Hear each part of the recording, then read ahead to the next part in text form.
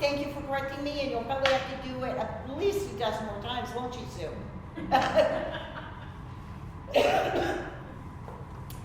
Now, unlike Sue, Susan, who wanted to be the writer from the time she was a child, writing was not a foregone conclusion for Paige. She once dreamed of being a psychologist, a pediatrician, a teacher, a photojournalist, a bartender, an EMT. Wide variety of potential careers. Well, ask, did you graduate from Ohio State by any chance? Okay, not in Ohio State alone. But Ohio State can claim me as an alum too. But Paige, did you try a variety of other things before you met your husband and your world focused on being a wife and a mother being your highest priorities? I was a certified mixologist, I was an EMT. Oh, you were all those things. Okay, you just didn't dream of them. You were them. Oh, okay. But now her highest priority is, and greatest joy, is being a wife and a mother.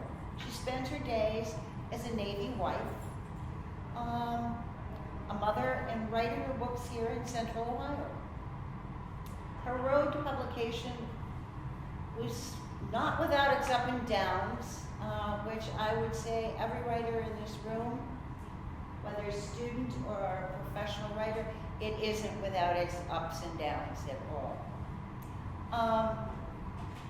But with several books out under the pen name of Alison Paige, and now the launching of a new urban fantasy, taking us to a whole different genre of romance. Her series, she's well underway of achieving her dream as a writer. Today, Paige will read from her newly released book, which is part of a series, correct? Hellsbane. And she's garnered a 3-star review as a top pick for Hellsbane. It's described as a thrilling read with just enough fast-paced action and excitement to leave you hanging on the edge of your seat. And with that, I introduce Paige.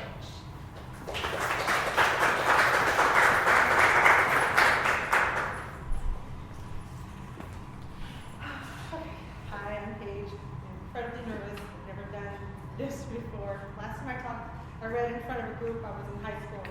It wasn't fun. So, like she said, I wrote Hellsbane. It's an urban fantasy opposite of historical. I didn't prepare any big thing about how I come up with the idea. I think for some reason, religion and the mythos and the dogma and all, it's always fascinating, and it tends to worm its way into my writing one way or another. And with this series, I kind of just like gave into it. So I wrote everything down so I wouldn't have to remember it. I'm good with my glasses. I had my eyes operated on years ago. FYI, it wears off.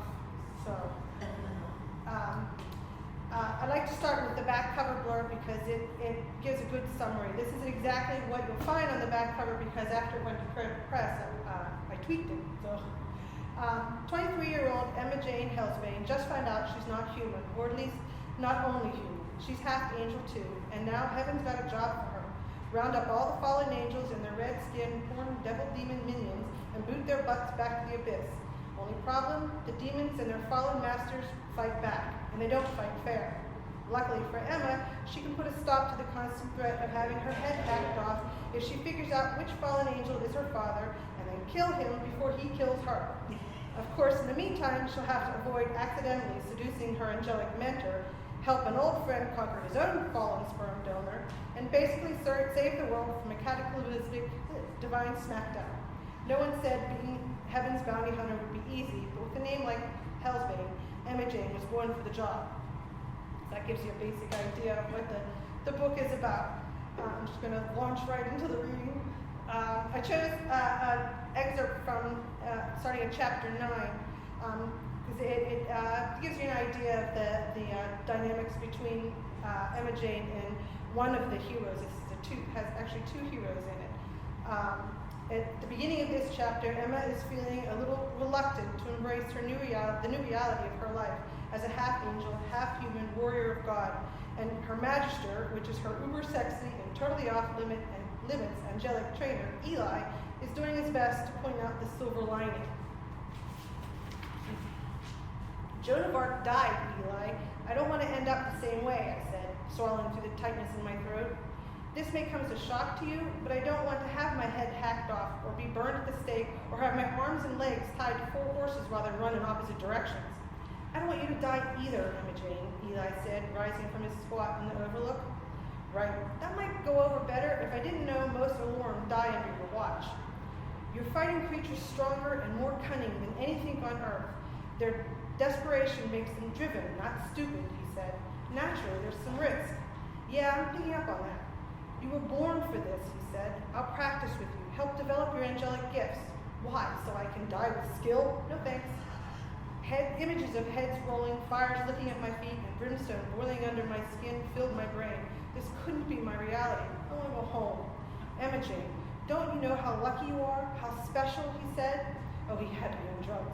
Right, lucky me. Come. He held out a hand to me. I have something to show you. I didn't move. Everything inside me ached to reach out and feel his hand in mine, but I was tired, more than a little freak, and maybe a smidge stubborn. I'm out of here.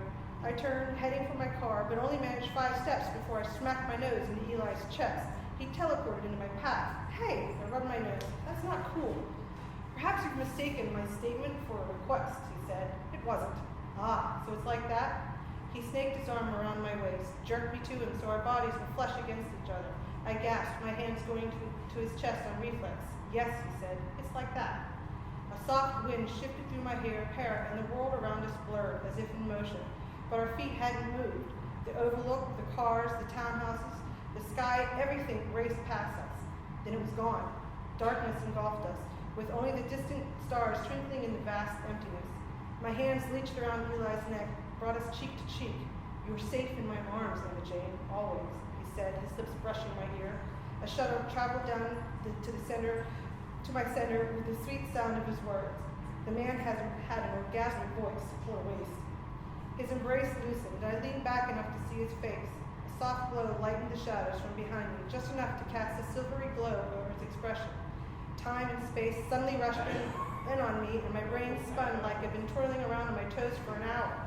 I let go of him with one hand, pressing it to my forehead to stop the spin, to keep my brain from coming out of my ears. What was that?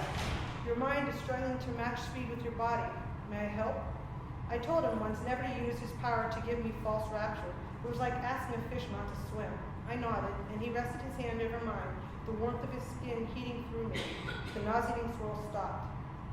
I hoped moving slower would help lessen the shock, but it seems the effect allowed your vision too much time to try to compensate, he said. We moved at angelic speed, I asked, guessing. No, I'm able to travel at the speed of thought. We moved at increment slower. Thanks. I tried to see over his shoulder to get my bearings, but I couldn't push up on my toes. I moved the muscles, and nothing happened. I looked at my feet. There was nothing beneath us. No floor, no ground, no anything. Just more blackness, and millions of distant twinkling lights. An icy bolt of panic shot up my spine, and I clutched at Eli. My gut twisted, and a scream caught in the back of my throat. Eli hugged me tight. Where are we? Look behind you, he said. It took a few seconds of internal argument, but eventually my courage rallied, and I glanced over my shoulder. Is that Earth, he said. Sheer awe loosened my grip.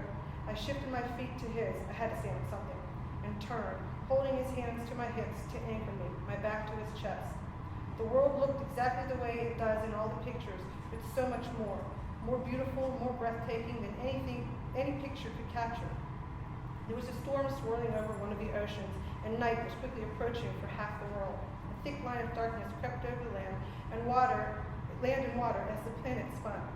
On the other side, brilliant light ate away the darkness, exactly at the same pace. This can't be real. How? I asked, my brain fighting reason and everything I knew about space and time and reality. His hand slipped over my belly, his embrace enveloping me. In the arms of an angel, Emma Jane, all things are possible. My eyes closed, and I leaned back into his chest. I tried not to enjoy the feel of him around me, but the heat of his body, the comforting strength of his muscles, and the sweet summery scent of his skin decimated my willpower. Behold what your birthright has brought you, Emma Jane, he said. No more human could claim as much. I opened my eyes and felt the rush of awe all over again at the view. It's amazing, Eli. Thank you. This is only the beginning. You have been chosen to battle creatures far more powerful than mere mortals. You are not like other humans. You cannot be. Your task requires much of you, and for it much has been given.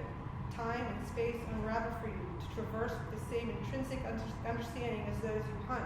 The world is quite literally at your feet. Before I could take a breath, I found myself staring out over a large valley and an ocean beyond. Gone was the great global marvel spinning in the endless black of space. Suddenly I was blinking at a waking cityscape miles below, with large water inlets and busy harbors. There was blue sky above me and green land below. We were back on Earth. Hard, unrelenting wind whipped my hair, making it hard to see, but I could make out the white sand-lined shores and the short mountain ranges that blocked sections of the city from the ocean. Where are we? I yelled, but my voice was lost in the roaring wind. Eli tucked me under his arm, and silence descended over us like he closed a door. My hair floated back against my head, and I could stand on my own. I shoved the strands over my face and tried to clue in my brain. Brazil. Eli pointed to the city. Rio de Janeiro. It's beautiful. My gaze followed the landscape below, to the base of the mountain, then to the long winding staircase tracing up the side until they disappeared far below the edge of the outcropping we stood on. It had been nearly 6 a.m. in Pittsburgh by the time Eli and I left, which made it nearly 7 a.m. in Rio, and the city was already bustling. But what were we standing on? I fisted my hand around Eli's jacket and leaned over for a better look. No way! Christ the Redeemer? Seriously? We were on his arm, and I looked to the left at the huge, white-carved face of Jesus.